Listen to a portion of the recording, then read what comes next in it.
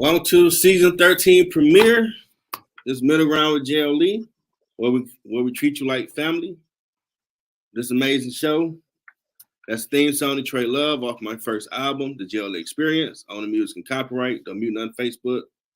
It's a real special treat. Tried to do it last year, but didn't get it right. But I got it right for you. This is my squad family from high school. My big bro. Well, we same age, but he got that Yoda with, so he's more like a big bro a little bit of times. Associate Pastor Corey Mason, welcome to the show, sir. Thank you, sir. Man, good to be with you, Jay. Tell a little about yourself, man. Man, I'm so honored to be here. First and foremost, so grateful for our friendship that has lasted through the years. Man, we got so many memories. Yeah, we do. I think about them all the time. Those days back in the Cardinal. Man, we had some great times, and we survived some of the best days. And I look at it now. Oh yeah, cool. That's 96. We survived some things, Mm-hmm. Who thought we would get off the bus and see so much going on at 7:35 in the morning? You preaching right now, but you can get started. Thanks, go out, roll it up, and the Lord blessed us to make it out, and just so honored to be with you. We were chopping it up a little bit about your credentials and things you've accomplished, and man, so amazing to see my bros really getting up and moving on. And like I said, just never thought about this stuff in high school. We didn't even think this far out. Nah, man, Who would have thought that? Journalism and press pass, and who would have thought I'd be an associate pastor at my church over my youth group. Been a youth pastor for almost, I'm about 20 years now. Wow. And just how our lives have charted a course for us. But here we are, happy to be here. So thankful the Lord has allowed us to be in this place, man. And just so honored, my family, my wife, we just celebrated 21 years of marriage. It's awesome.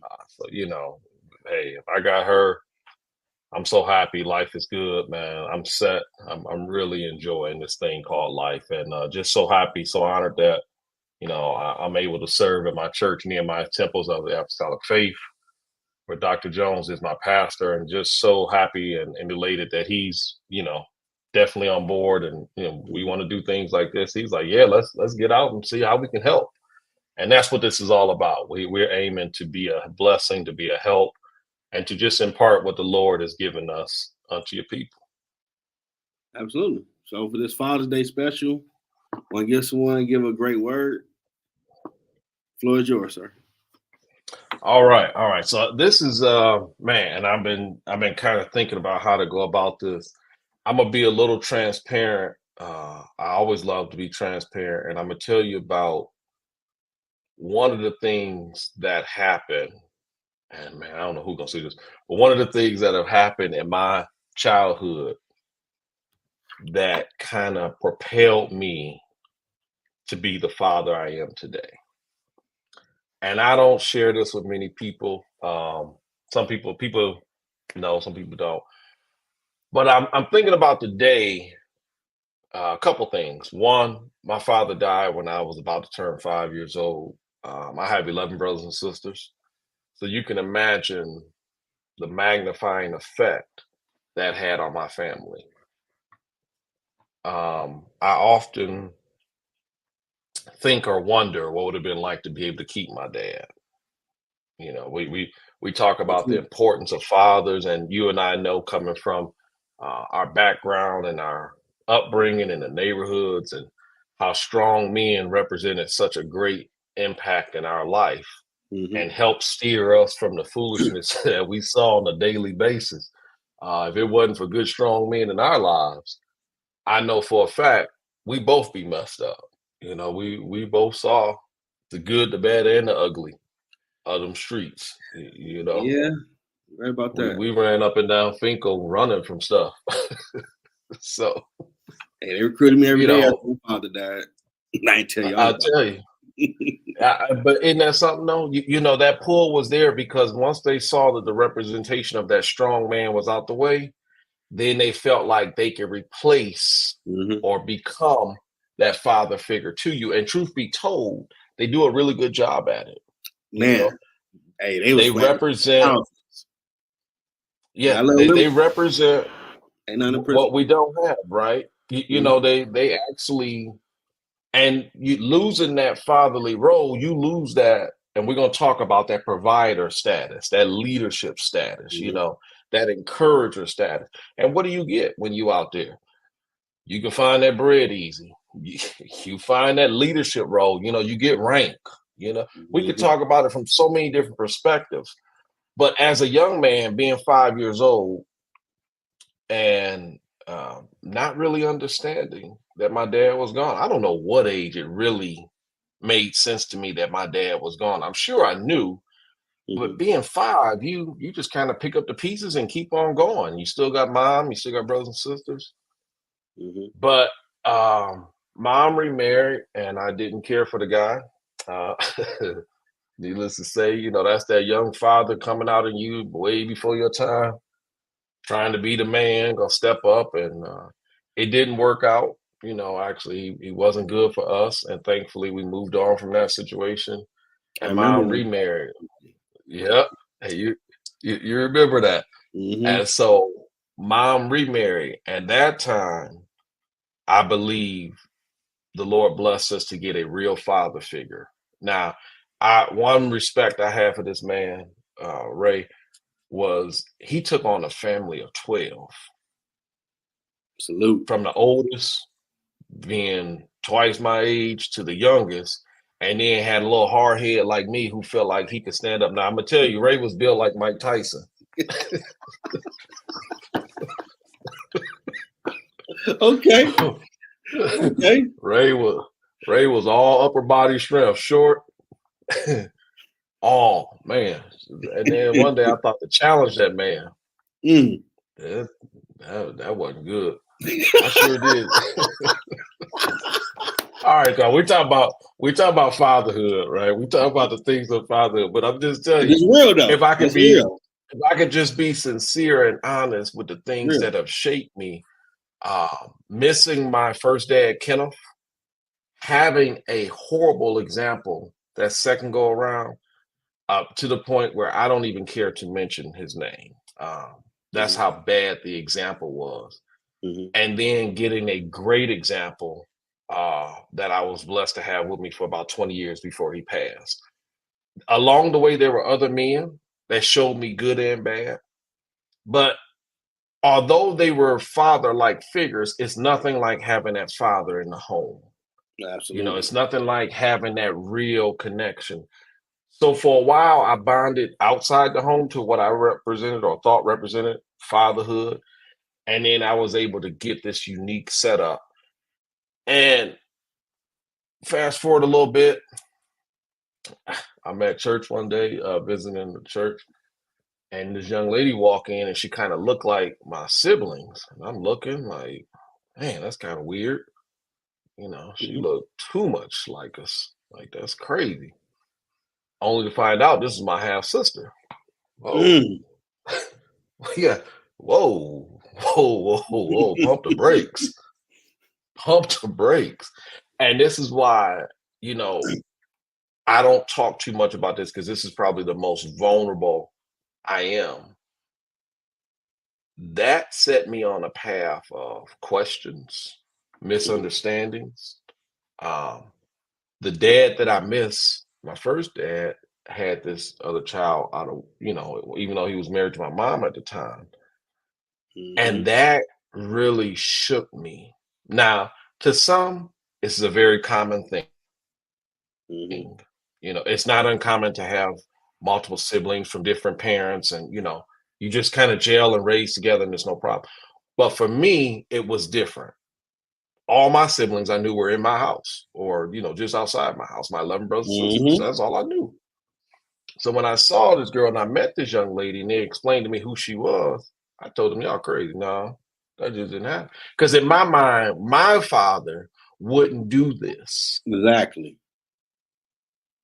My father wouldn't. How could he do this? And what developed or what started in me was this. I used to cry so much, and then I told you I'm being vulnerable and transparent. But as a young man, I used to cry all the time because I missed my dad so much. I didn't know him. I knew of him, but at 5, I didn't. I used to be jealous of my older siblings because they had that time with dad that I didn't get, right? The And so stories you you want to understand, hear. I yeah, ain't and got you the hear all the stories. stories, I'm talking. and they make you so mad because they tell them so good too. Man. They make Exactly. you wish you were there. They Yep. tell me all the time how funny my dad was, and I'd be like, man, He can walk and I would talk. I love had the to. old broken version. What? I had to really listen to what he was saying. Y'all, he could talk a conversation. I don't hear this crap. I got cheated. Hey, now that's a real point you just mentioned. I went through that phase too. Where Hey, as bad as I wanted to know it, I didn't want to hear it, Jeff. hey, And so I gotta be transparent with this journey too, brother. I'm with you. that was a real thing. And now to meet my sister and love her, I don't call her my half sister to this day. That's my Yeah, sister. your sister. Love her sincerely. Things happen as I grew older and I matured. I was able to better understand. But maturity didn't start at the point when I found out. Nah, he wouldn't betray the It family. You took lying.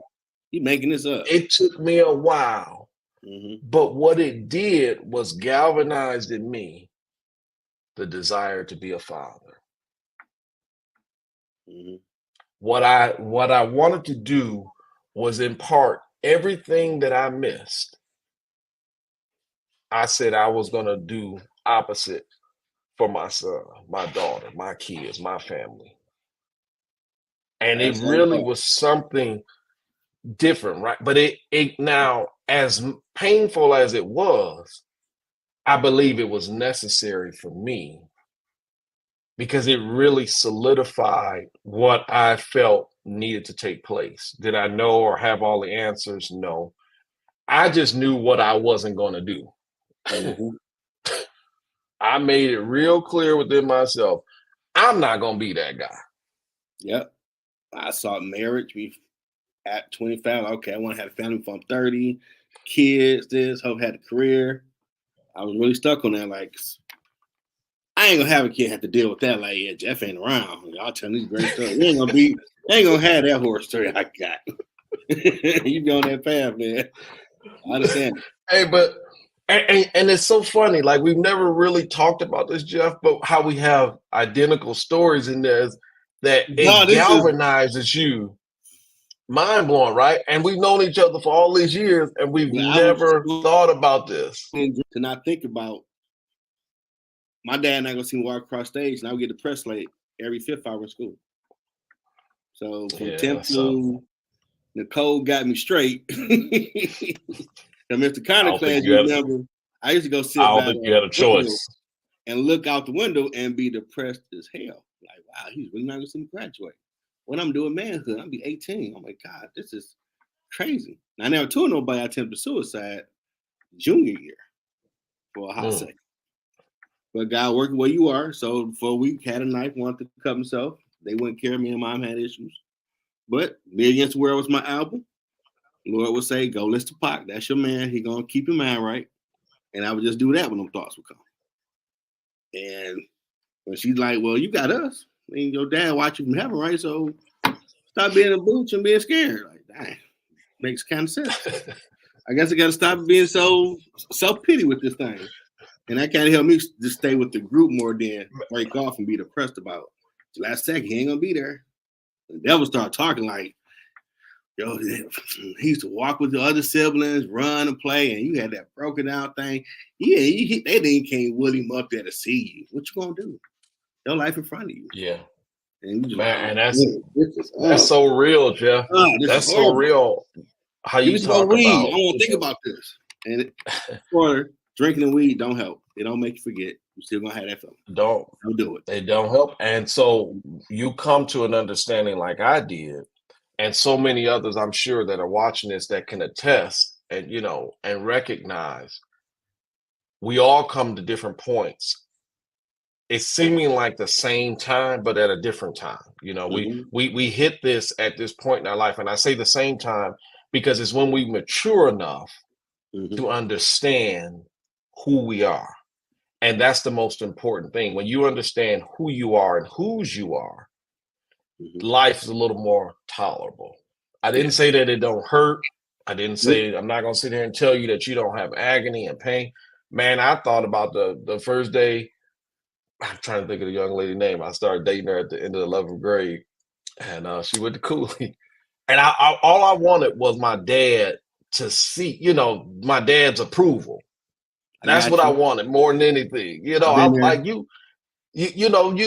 stepping out. It's your first real, like, other thing wasn't this serious. But nah, you could drive. Remember, that's when we was hanging out and going places. So now life meant a little bit more. And in those first couple things, everything I thought I lost between the death of my two fathers, right? And like I said, I don't talk about the second one.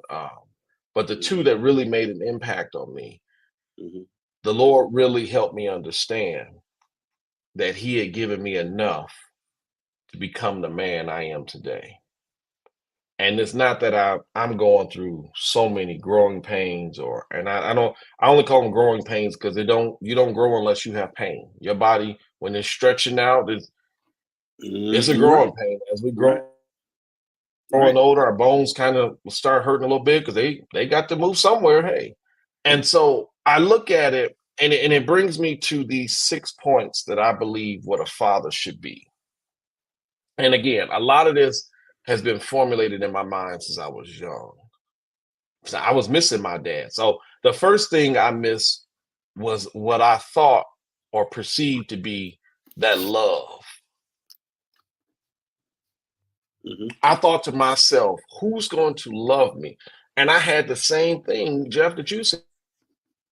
I had a mother who has been there every step of the way, who's never let me down, never been anything more than a rock to me. I had my siblings, and you talk about, as much as we capped on each other and crack jokes, my siblings make you feel horrible, and you still laugh at the end of the night.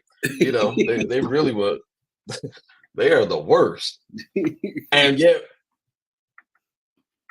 that's kind of like our love language, so to speak, for each other, is that we've always survived through comedy, and no matter how bad it get, we find a reason to laugh at something. We could be at a funeral and something will trip, something will happen. Funeral ain't that bad no more. We get into this laughing fit. I feel you. And people be like, how can y'all act like that? Because we learn through love and laughter, and sometimes it's crying. But the bond became so strong. I didn't realize all along that what I thought I lost by my father passing away, and he was in his late 40s, and I was only about to turn 5 years old. This happened right Christmas of '83. So everybody's so big on Christmas, and everybody's so into the holiday. Well, for me, the holiday didn't matter for years. I get that. Because what is it? He died Christmas Eve. I mean, what am I celebrating? 91. Yeah. What am I celebrating? You know what I'm saying? Like, when you think of that day, it kind of zaps everything out around it. So it didn't matter to me. It took a long time for those things to even be relevant to me. I didn't care. I don't have to celebrate. I didn't really cry until I turned 25 and really felt the magnitude of them life conversations that you miss out on. Yeah. And that's the love I'm talking about. You want that. You want to have that conversation with dad. As bad as one of the father's jobs is correction, as bad as we may think it is, you honestly, if we be honest, don't mind it. Because deep down inside, he ain't gonna go as hard on me as the streets will. You knew Absolutely. That if dad come at you, there's a buffer. Whereas somebody on the street coming at you, you had to be ready for whatever. But you knew dad would have that little bit of, all right, I'm gonna get you, but I'm gonna let you feel this, but it's not what it could be, because his love would supersede the punishment. Now his job was to correct, but we grew up looking or wanting that at some point. And for those that say you didn't, kudos to you. I'm gonna tell you, as a man, I wanted that.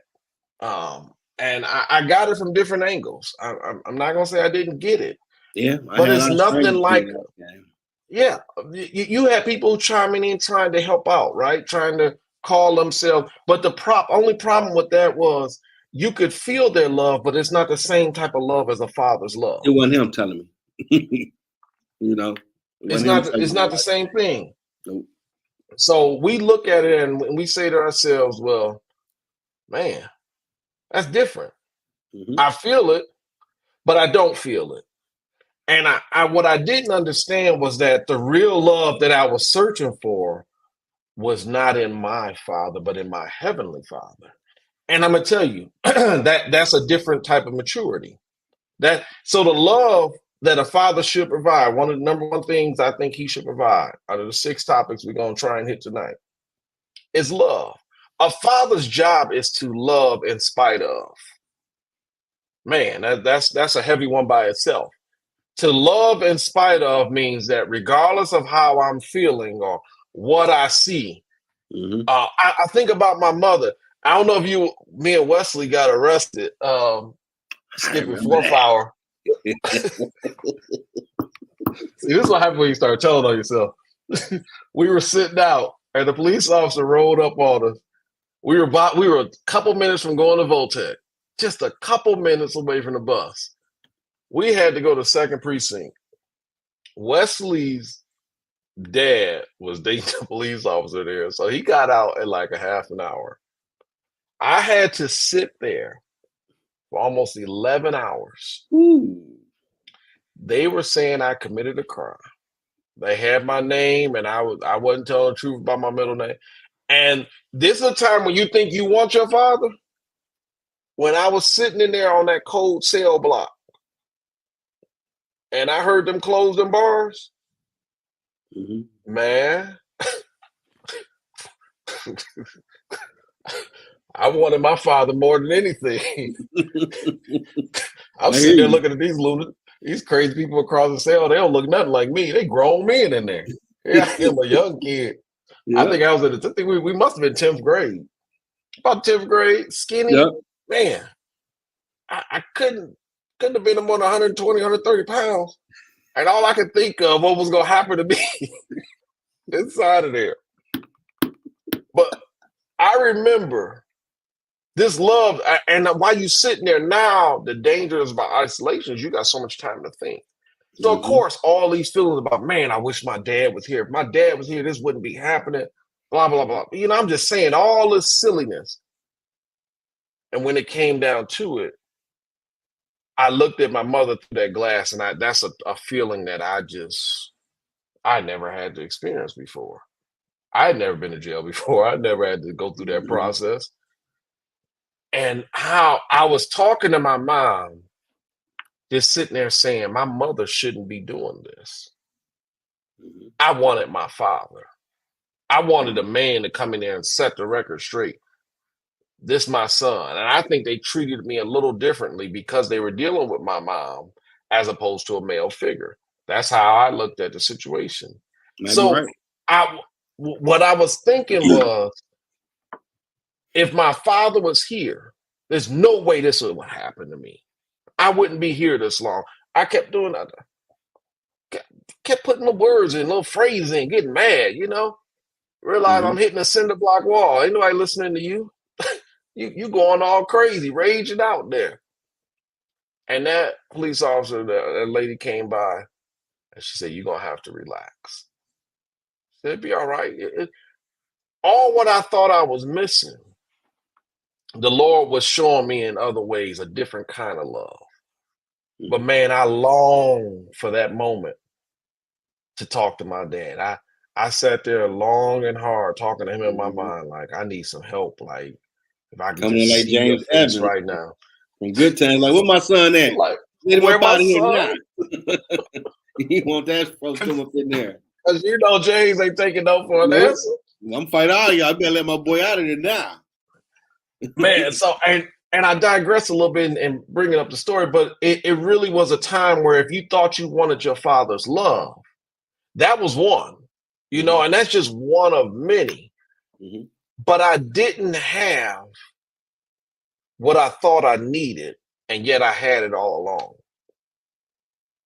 And so one thing a father is to do is to love and to show this love unconditionally.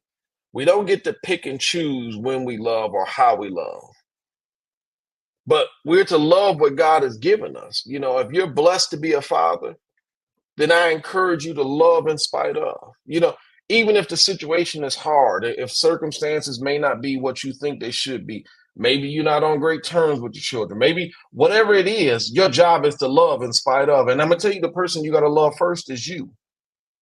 And that's a very sound like a selfish thing, but a man that don't love himself, don't understand himself, can't love somebody else. That's true. And that goes for any relationship. And we're talking about fatherhood, so we're dealing with the children and your relationship and your family. But you have to love yourself. You have to know that I am where I am. I made it here by the grace of God. I can't go back and change what has happened, what has transpired. But I thank God I'm not where I used to be. And that's really when you can start to love somebody else, when you can understand that, no, I'm not perfect, but I'm here. Mm-hmm. Real love is just being accountable. Real love is being present. Real love is not having every single answer, because we don't. Nope. We're ever learning and coming into the knowledge of the truth, the scripture said. So if we're ever learning, we'll never stop. So I don't have to present myself as having all my own, all the answers. Mm-hmm. I don't have to know everything. I don't. Anybody who tells you they know everything knows nothing. But the one thing I do know is that a father should be provoked to love. That's if you want to know the basic recipe for being a good father, it's just love at the core of it, because everything else derives from that. So the next thing I want to say is that if you love, you don't have a problem being a good leader. See, the principles, and we didn't even give a topic, but if I was to put a topic on it, I want to label it the responsibilities of a father. And this Father's Day, I want to give you all the love and respect and honor that you do. And yet I want to tell you that being a father comes with the responsibility that not only must we love, but we must lead by example. And what do I mean when I say that? It's not so that I can stand up and beat my chest. Nope. It's not so that I could be served first. It's not so that I drive the nicest thing or I have the best of the best. Those things are great. But the leadership is that whatever sacrifices are required, I'll do that for my family. I'll do that for the ones that I love. Mm-hmm. So, and this is why we're going to talk about the 6-point process. And I don't want to skip a step, but I want to tell you that if you love properly, then you'll learn how to lead proper. See, but you got to learn how to love yourself. And I don't mean this in any, I don't know how to say it best. It's not a selfish thing. It's just that you have to be, because an angry person gonna treat people angry. Mm-hmm. But a loving person, when you love yourself, you don't want to do harm to yourself. You ain't gonna want to do harm to the ones that you love. Mm-hmm. But when you desire to hurt somebody, you're gonna hurt somebody. You're gonna act on that rage inside of you. But you have to learn how to love yourself and work on controlling you, because you get you in trouble. That's the bottom line of a man. A man at the core is full of trouble. We face life. Yeah. And, you know, and speaking from a young Black man's perspective, we face many opposition and many challenges. But it's no excuse not to be a good father. Yep. And it's no excuse not to love. Jeff, I know the street you came up on. We came over there many a night. I know what you have survived and you made it out of. And yet it's no excuse for you not to be the man you are today. If anything, it propelled you. It showed you that I have to do something a little different. I'm going to have to be different or I'm going to be the streets. That's the only way it was. Either you're going to be opposite or you are going to be the street. You're going to be the problem if you don't avoid the problem. And so in our effort to be a good father, mm-hmm. you know, we must first love And if we love with the love of God, then we can lead. Mm-hmm. And I'm talking about leading from the back. Leading from the back. You can be up front. I get it. You know, as the man of the house, as the father, you are the protector. And we're going to talk about the provider in a minute. But some about leading from the back is that I don't have to stand and gloat or make a big old scene. My love lets everything in front of me shine. See, when you're a good leader, you don't have a problem letting those around you shine because all their glow reflects on you. Legacy. So to me, legacy, that's what I was going to say. To me, the legacy of a good father is the fruit you bear, is the words you speak, is the edification that comes from the training you provide.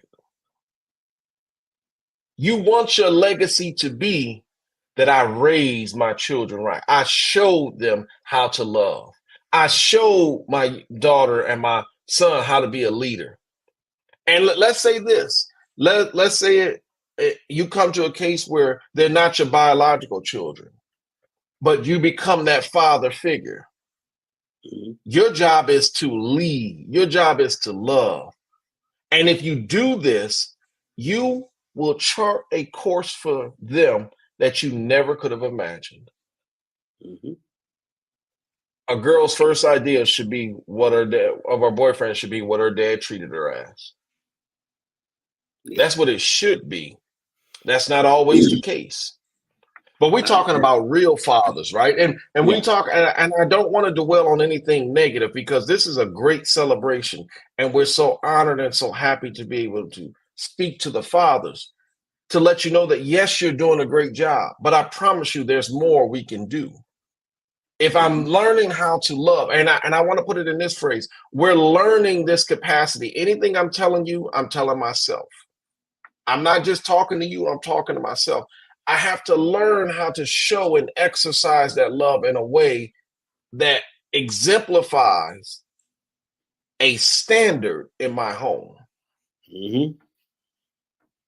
The love and the leadership that I have should exemplify a standard. There should never be a question of who the leader of the house is. Nope. There should never be a question. If we got a question, we got a problem. It can't be two chiefs in the house. No. I mean, Bibles, well, from my interpretation of the Bible, is God, your spouse, and everybody else. And man, and that's the thing. We gonna hit that right now. We gonna hit that in a second. So if we learn how to love and we learn how to lead, then one thing that we won't have a problem doing is providing. And some may say, well, I don't have Bill Gates' money, which we all are trying to aspire to get to. You know, nothing wrong with that. Nothing wrong with seeing a good example in Mark. And hey, I don't want to be Bill Gates. I just need a little bit of pocket change like Gates, you know. And if I don't get it, there's always other people, you know. We can call a few other billionaire Buffett out there. You know, he's one of my favorite people to follow. He's made some good choices. And it's not that I aspire to be him, but what I like is what he shows you is that it's possible. So as the provider, right, my job is to show you what's possible. I may not have $1 million.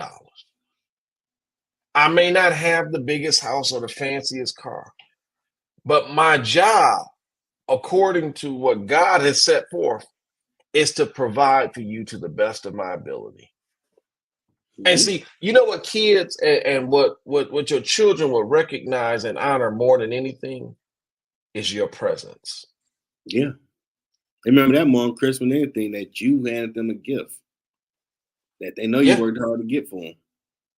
And you know, it could be the smallest thing, but it came with such glow and such reverence because my father did this for me. He did everything, and I got this.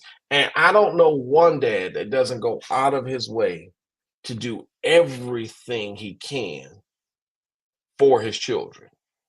That's a father's joy. That's a father's love to be able to say, yeah, oh man, I was able to do this and do that. And so much so that if we think we can't get something, we'll get out there and hustle harder. We're going to find a way. Mm-hmm. We're going to find a way to provide for our children. So, those three things in that order, we first must love, then we must lead. And if we are leading, we won't have a problem providing. And I want you to know that providing comes with the next step, and they kind of go hand in hand. We are to impart wisdom. We're talking about the responsibilities of a father. Mm-hmm. And I won't say a good father. I'm going to say a father. It's all fathers. Everybody has the same job, no matter where we come from, what demographic we are, what race we are, what religion. We have the same responsibility as a father. That's the beauty of this message. It's not a denominational message. It's not one based on your religion. Your job as a father is the same regardless of where you live. Wherever you're watching this across the country, wherever you're viewing this, your role is the same. And if you are providing, then one of the things you're providing should be wisdom. Mm-hmm. You should be imparting something that will help. And our job, one of our jobs, is to set them up to be leaders for tomorrow. So I'm imparting unto you the wisdom by showing you the love and leadership. See, it kind of, nothing goes out of place when it comes to God, how he set this thing up for us. No. He has given us all the tools and the provisions necessary. He taught us how to love by sending his son. Here's a father that sacrificed his only son for the sins of the world. That's love. What manner of love that is? That's some strange love. That's some crazy love. If you think I'm going to sacrifice my only son for y'all, I'm going to tell you right now. I got one son. He on his way to being 20 years old come September. I don't know a reason I would give him up. For people who are hard-headed as the people around here, great. Hey, I'm going to give up my son knowing y'all still going to do wrong? No, I'm good. I'm going to keep my son. I hear that. I'm going to keep my son. I hear you. So you want to know the role of a good father.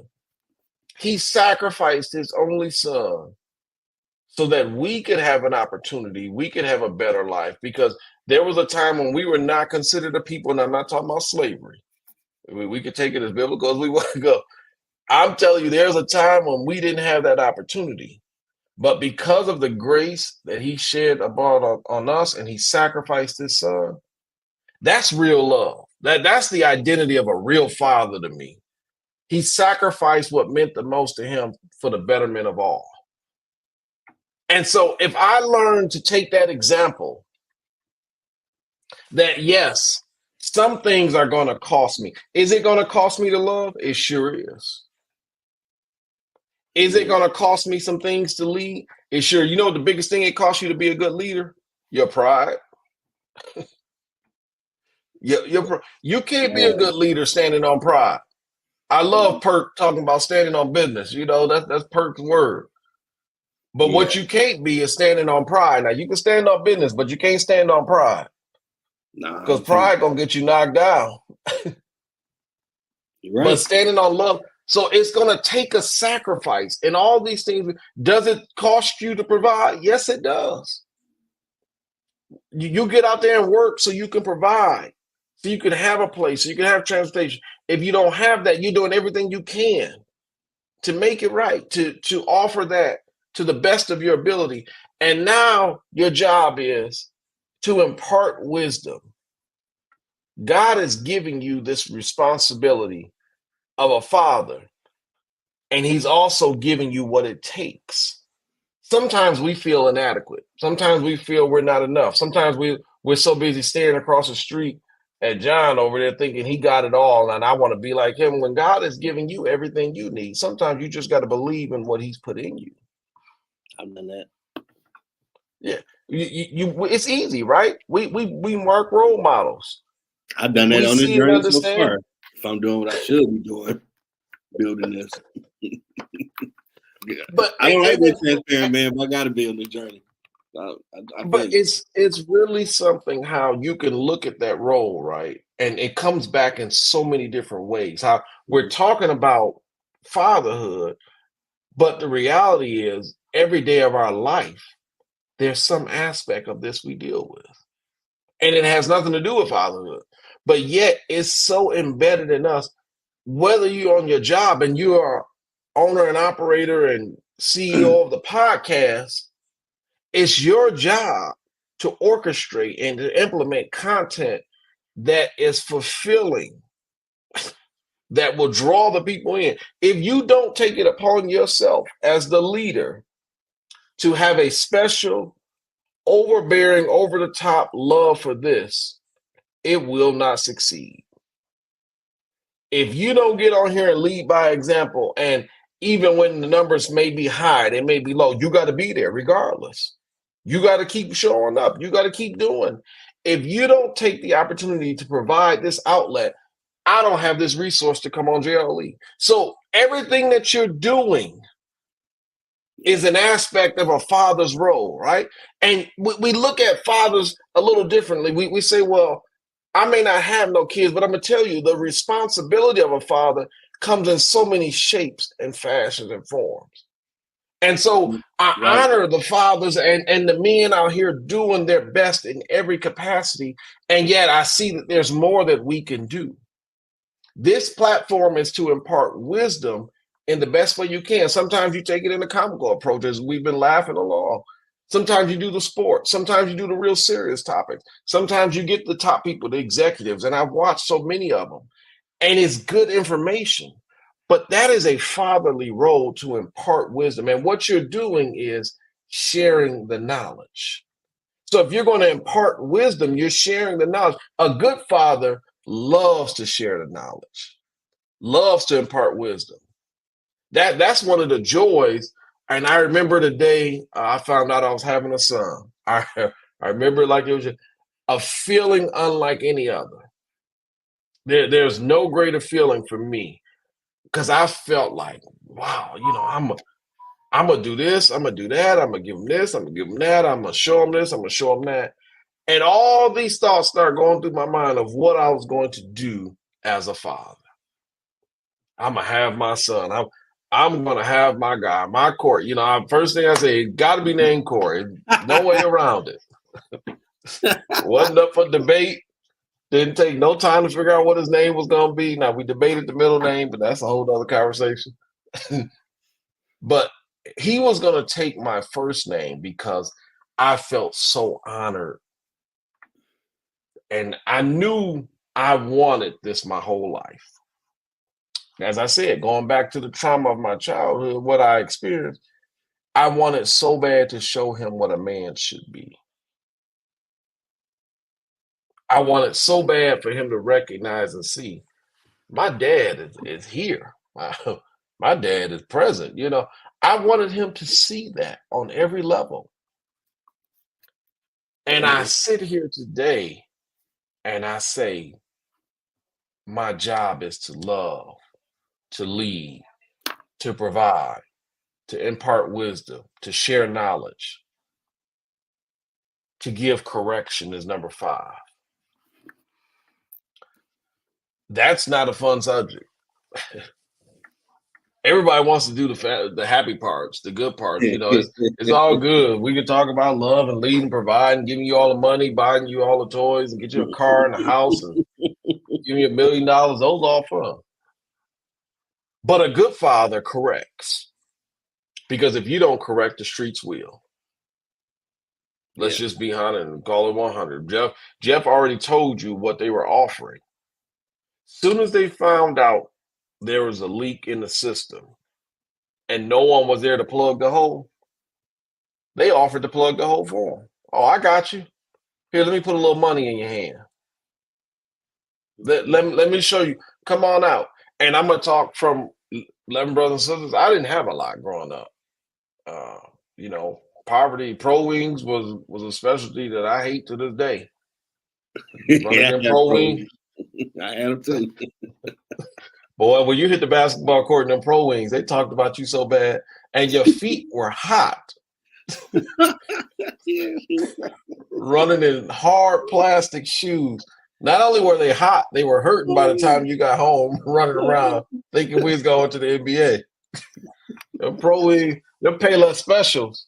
Now, don't knock Payless. Now, it got me through some rough years, but if Payless was still around, when I got a few dollars, I made up my mind I wasn't going back to Payless. I didn't care what deal they had. Payless traumatized me as a kid too. I look at that now, and I think about the days of the pro leagues. Man, we come a long way. You know, when Shaq had his shoes in there, they were cool. I was gonna get them. Now, when Shaq got there, that was a little different story. That was an upgrade. You didn't mind. Man, I was $100. Give me BOGO. Give me a few of those. Well, everybody got something in the family, but we rolled pro wings for so long. Mm-hmm. And I don't, the Lord blessed our feet because they should have been on fire. they hurt so bad. Oh man. But I think about this, right? And we joking about the Payless, and it's not a knock against Payless. It's just what we dealt with coming up, being talked about, ridiculed. But how I needed that correction. Mm-hmm. I remember the fourth grade, Winship Middle School, Omar Harper, one of my best friends. Me and Omar got into a fight. I don't know what we were fighting about, but I come from a, religious background, saved home. My mom didn't curse, none of that. None of my siblings did, all that. I got into a fight with Omar. Omar was bigger than me, probably 3 times bigger than me, big guy. But again, he was my best friend. But we decided to have this fight one day. And I thought I should learn every curse word in the book.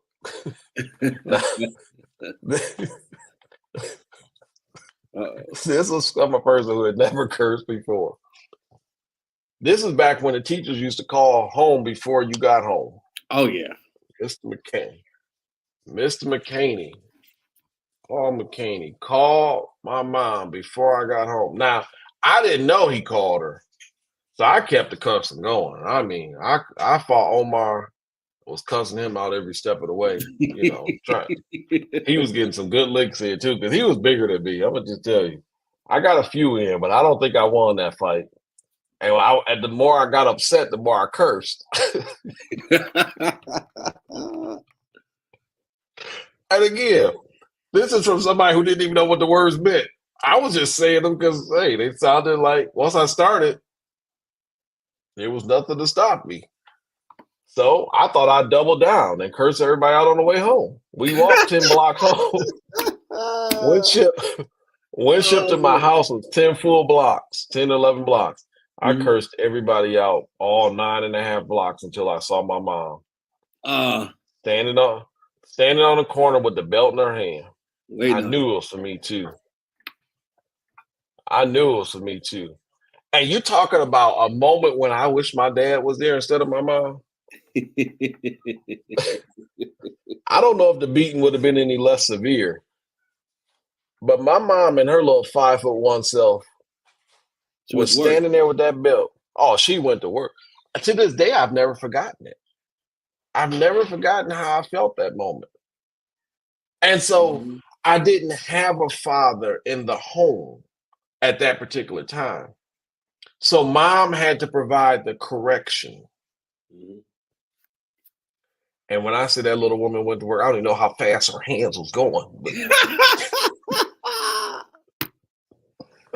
Man, you bad me and Kevin Brown had a fight at Guest Middle School. And I saw him again in 10th grade in Cooley Gym. And I'm like, he's like, nah, man, what's up, man? You been all right? I ain't on there. I'm like, hey, man, I ain't seen you since then. I don't know what you coming. Hey, I don't know what you came of. We laughed so hard about like, you ready to go? Like, I don't know, you want round 2, man. It's Detroit. Peter Kevin, man.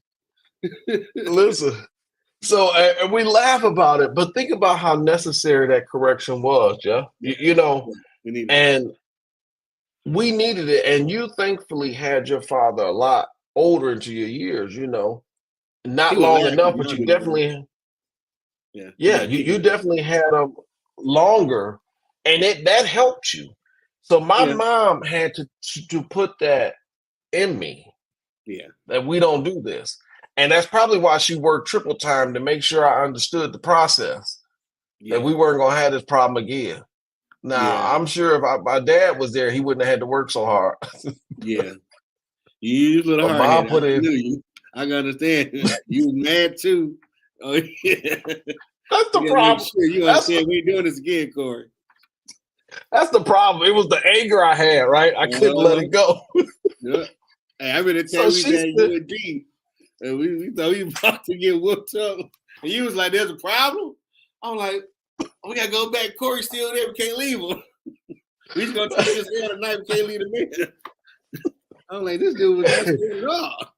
hey, I bet those college kids, they said something. I don't know what they said to us, Yeah. but I didn't like it. I Yeah, said, you stayed wait. on pop mode. There's a problem? What's up? Like, we gotta go back. Hey, No, we gotta go back. now, what I didn't realize, was it just me, you, and Rome that night? Yeah. Because he took What off. I Then I didn't took off. realize, Then we like, I didn't Corey, realize that come y'all had on. already left. Yeah. This is where you need a father. See, this is good segue. This is why you need a father for correction. I was standing there running my mouth. I didn't realize y'all had left. Yeah, I thought you'd be had me. Like, I'm short. I No. don't need Corey. And it was a good 4 or 5 of them, I'm pretty sure. And they were older. They were college kids, you know. We were at the UD campus. So I was just wondering what the problem was. You know, like, we can fix it right now, you know. And then y'all came back like, Corey, Yeah. we weren't trying to fight tonight. What you doing? They like, oh, y'all fellas cool. Like, we laughed about we got to school. Like, hey, Corey, he a real one. He stand on business. Hey, listen. He stand up. Listen, all right. And I'm sorry, I know we're talking about the responsibility of a father. We keep segueing the little bit of comedy here and there. But it's how real life was for us. And I'm telling you about the things that I missed along the way by my father not being there. Now, he died of a massive heart attack, and you know, it's not like he just peeled out on us. So things happened that precluded him from being there. Man was kidney failure. It was horrible. And you know, wither away. and and my second dad, he died of cancer. You know, things happen. I would love to have either one of them here right now. There are moments I go through my marriage. I wish my dad was here.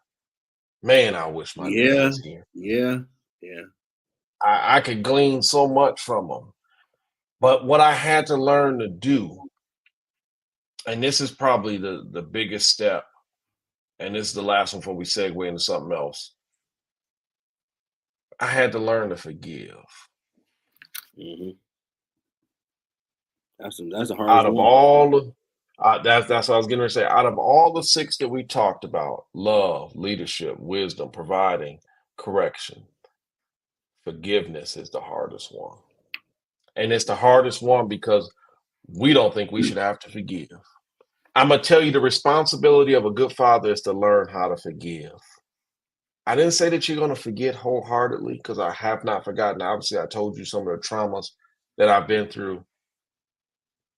But forgiveness is a step of maturity I didn't realize I needed. I was so hurt by what my dad did that I went through and I'm sure there's some sociological term for it. I went from missing my dad, crying every day for my dad, wanting my dad to be there more than I could ever express, to how could he do this? I missed the part where, like we talked about the conversations from our sibling, all the great things about my dad. So I would hear stories, people from out of town, or people that know my family would tell, man, your dad was this, your dad. And all that didn't matter in this space of unforgiveness that I had Mhm. because I just couldn't see how my dad, who loved me, who provided for me, who was a great leader to my family, who Mhm. imparted wisdom, who did correct my brothers and sisters. They tell me all the time he got them. He did all the things I'm talking about. And I had to learn how to forgive him. In every part of your life, no matter what it is that you're doing as a father, you're going to have to learn to forgive somebody along the way. One person you may have to forgive is yourself. Yeah, I look just like him. There's some people that know him. Oh my God, Red! Like, no, Jeff. Oh my God, you look just like your father. Like, yeah, I get that now. I get sick Yeah. of hearing it when And I was younger, but I get it. Got older. now, and you know, it really, all these 6 characteristics really speak to the need for us to mature as men, to Mhm. become great fathers. You can't become or understand your responsibility as a father until you have matured. And I'm gonna tell you this, fellas, and I'm speaking to the fellas and to the ladies that are watching, wherever you are. I'm gonna tell you to exercise a little bit of grace with the men in your lives, with the fathers in your lives, with the brothers in your life, because we have to grow up. I don't buy into the adage that sometimes they say the women are smarter than us, they go Mhm. faster than us, they get there. Nah, we just get there at our own time. That's what I like to say. We get there when we're ready. They just might be a day ahead of it. That's all, just small time. But we have to come to some things on our own. And what the greatest thing that helped me in the forgiveness in all 6 of these categories is lining my life up with the one true Father. A father's responsibility is to recognize you need help. A father's responsibility is to recognize you don't have to do it on your own. I know they say man up, pull yourself up by your bootstraps. I know they say get out there and figure it out on your own. But you know, the greatest example is not for you to always go through it, but sometimes you can watch what somebody else does and see the pitfalls and mistakes that they make and realize I don't need to be the man to go down that road. I'm gonna Mhm. channel a different path. And you'll see that by channeling a different path, it's easier to become this great father. And so, one of our things that we have to recognize is it's okay to acknowledge that I could use a little help every now and then. It's okay to talk about the things that really affected me in my childhood. It doesn't make me any less of a man to tell you that I had some highs and lows. It doesn't make me any less of a man to tell you that in my 21 years of marriage, I found some struggles. And I say I found because you don't know what you got until it come on you. Man, You don't know the man you need to be until you're faced with the opportunity. that's a bar. Write that down. You don't know the man you need to be until you're faced with the opportunity. Think Mhm. about it. We all say in our mind that'll never be me. Mhm. I'm gonna tell you, Yeah. I'm a carpenter by trade. Mhm. And one of the things that they told me when I first started in the trades over 25 years ago that I didn't understand, some of the best tradesmen, homeless, in the bar, strung out, going through whatever life has happened. And I say that don't make sense. How can you be a world-class a master electrician and you're having drinking problems? How can you be a master electrician and you homeless? What do you mean? Electricians make great money. I didn't see it to understand that men go through. That's how you We respond to it. face some challenges. Mhm. We face some oppositions. And Mhm. without this fatherly figure, without this love, without this contentment, without this leadership path, you can spiral out of control and still be at the job. I didn't understand what a functioning alcoholic was till I started working with him. Mhm. We were making money. And he had to explain to me how he was a functioning alcoholic because he was broke come Monday and I didn't get it. Mm-hmm. Got paid on Friday and broke by Monday. Mm-hmm. I didn't understand. So my lack of understanding, if I just be truthful, caused me sometime to enter into a point of judgment. Very dangerous place to be. Mm-hmm. You all got a glass house. We all got a glass house. It's getting long in this thing. I could talk about this thing all night, Jeff. Man, because it has triggered so many things. I'm over here fighting back tears, thinking about my childhood, father not being here, marriage issues, the miscarriages that took place, what I lost in those miscarriages. Like, dang, I wasn't expecting this. I ain't crying on camera. Man, you know, we got to get out of here because we could talk all night. And I think this, you know, I'm gonna throw the suggestion out, and you do with it as you will with this being a CEO of this podcast. One day, and we talked a little bit about this. We've done this before with Shield. You know, we kicked around a little bit as just men on the podcast, and you know, talking. They redoing it on Instagram. They redoing it, and I missed last week, but I'm gonna check them this week because I got to see what old Lim up to. Mm-hmm. Got to get in there and hear the fellow's voice again, Los. But it really is something. If we want to know the responsibilities of a father, we have to be prepared to be vulnerable to help somebody else. It's your job to understand that, yes, you've gone through, yes, you've dealt with some things, but that don't mean you got to stay there. Just because life has dealt you some blows don't mean you can't be a great father.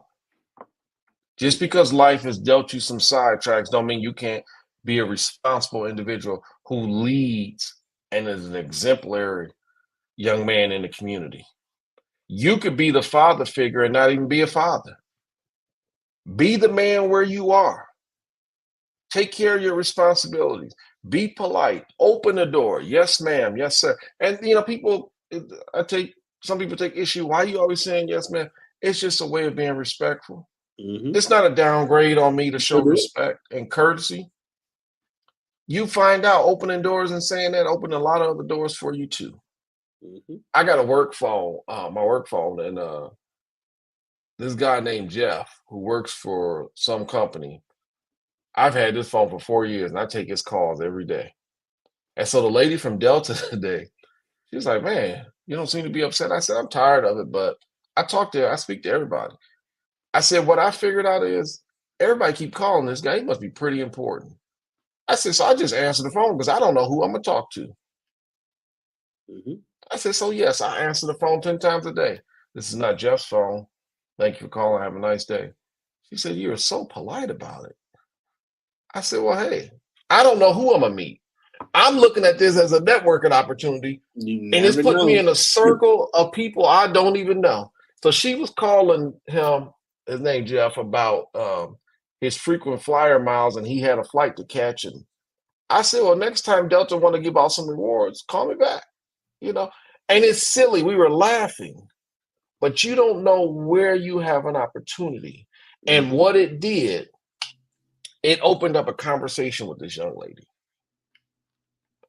And we got to talking because I'm this alias. I'm not the person she called for.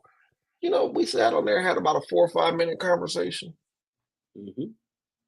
Just about, and she was so thrilled that I was respectful and I wasn't being rude to her. You don't know what it means to somebody to show that fatherly role. And I wasn't trying to be her father, but it's the characteristics of what makes a good father. Be respectful, be responsible, be courteous. Mm-hmm. Okay, so the call is not for me. You don't have to get mad. It's not their fault. They only calling what's on record. Mm-hmm. So here I am. And what I realized today, probably more than anything, that's an opportunity. It's an opportunity to show her who I am. Mm-hmm. She doesn't know me. She may never call me back. She may never understand where I am. She don't know where I live. She doesn't know anything about me. But in a split second that I have a chance to make an impact in her life, Yeah. that's what the Lord has done for me. I'll summarize this and say it like this. If I'm going to lead by example, I must first tell you that in order to be a good man, you need help from above. Mm-hmm. And I'm not talking about the help you get being high. I'm not talking about the help you get being drunk. I'm not talking about the help you get picking up some little extracurricular activity on the side. I couldn't be in my marriage for 21 years if it wasn't for the grace of God. I wouldn't make it. I wouldn't be able to tell you I'm not the example that I saw, but for the grace of God. I wouldn't be able to tell you I've amassed anything in my life if it were not for the grace of God. But I'm going to tell you that all these benefits come because I've submitted to his will. And I will be remiss if I didn't tell you that the real responsibility of a father is to train up your child in the way that they should go. Mm-hmm. But in order to train them up, you got to know what you need to do. True. You got to step up into real manhood and recognize that we all need help. We all got areas of improvement. Mm-hmm. But nothing happens without the grace of God. Nothing happens without the gift of God. You are not the better man without God. This is Corey's perspective. You can feel free to feel different. I have no grudge against you. I'm just telling you, you have to get some help. This man need help because, as Jeff said at UAD, I was ready to go. Mm-hmm. That wasn't wise. Let me tell you right now, that wasn't wise. That was pretty dumb. I mean, people have I was told me about with this platform, people need hope out here because there's not a lot of it, and I was shocked to hear that. But Jeff, but it's a unique platform, right? And so think about this, and I want to encourage you, Jeff, Mm-hmm. because I know how it is teaching. I taught on Zoom for 2.5 years to black screens, and what you had to learn is you got to teach anyway. I don't know who's on the other side of that camera. They wouldn't turn their camera on. They would log in. They wouldn't turn the camera on. But for however long I had an ear, I had to teach like it was 100 people in front of me, like it was 5,000 people sitting in front of me, because the words or the message that I had to get out would help somebody. Mm-hmm. They may not get the whole, they may not sit there and ride with you all day, but don't get discouraged in your platform. You have a unique opportunity to reach some places where I can't go. And that's the beauty of being a real man. We all have different areas where we are strong or have an opportunity to make a good impact in. That's why he don't give it all to me. Yes, I'm an associate pastor. Yes, I've been a youth pastor. So thankful I've been married for 21 years and I can impart some wisdom on marriage, and I can tell you some things of how to avoid and what to do. And I'm going to sit here and tell you I don't know it all. I don't profess to have all the knowledge. Never will. That's true. But this platform is an opportunity for you to gain and to give. But it's the same as when I get the opportunity to speak, no matter what capacity. You have a chance to help someone else. And some young man now who, Jeff is a journalist? What? When he started this podcast, he ain't have journalists on that title line. I see it now. No, he did.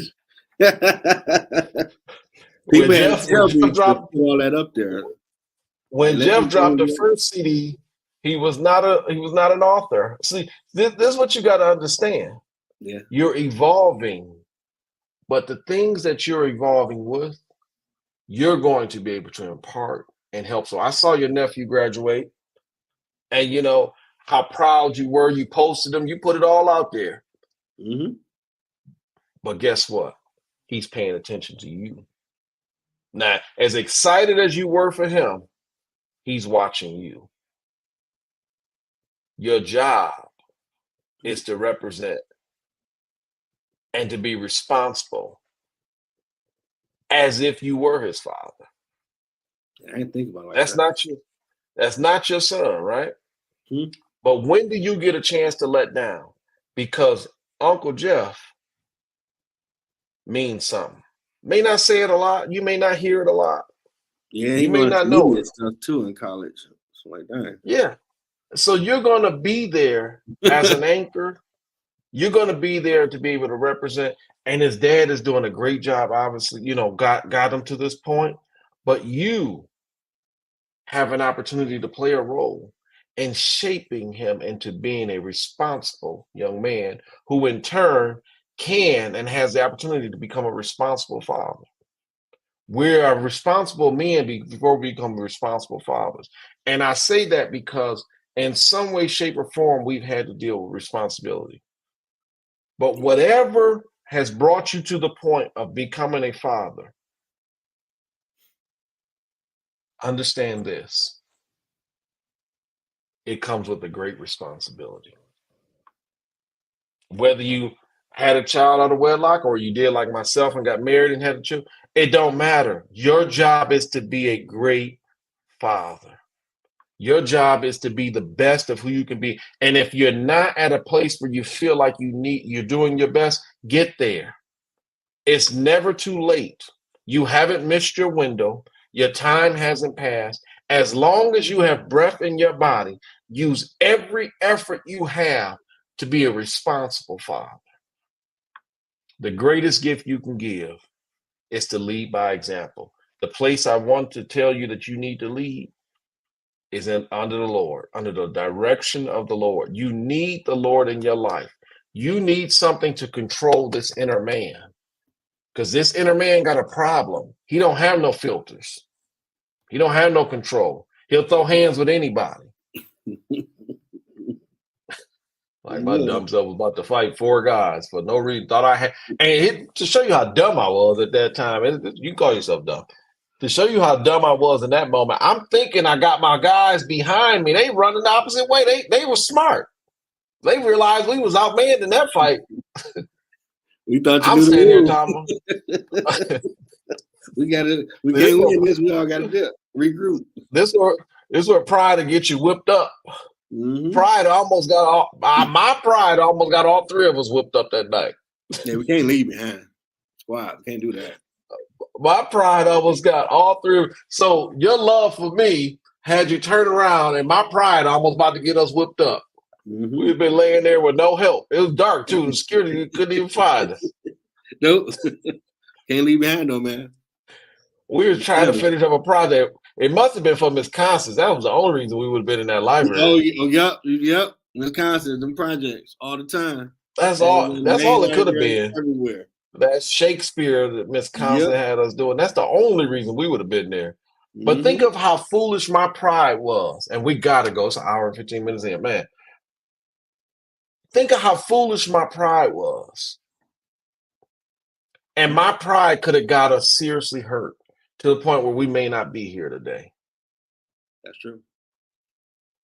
It's ignorant to be so proud that I stand here before you acting as if I got it all together.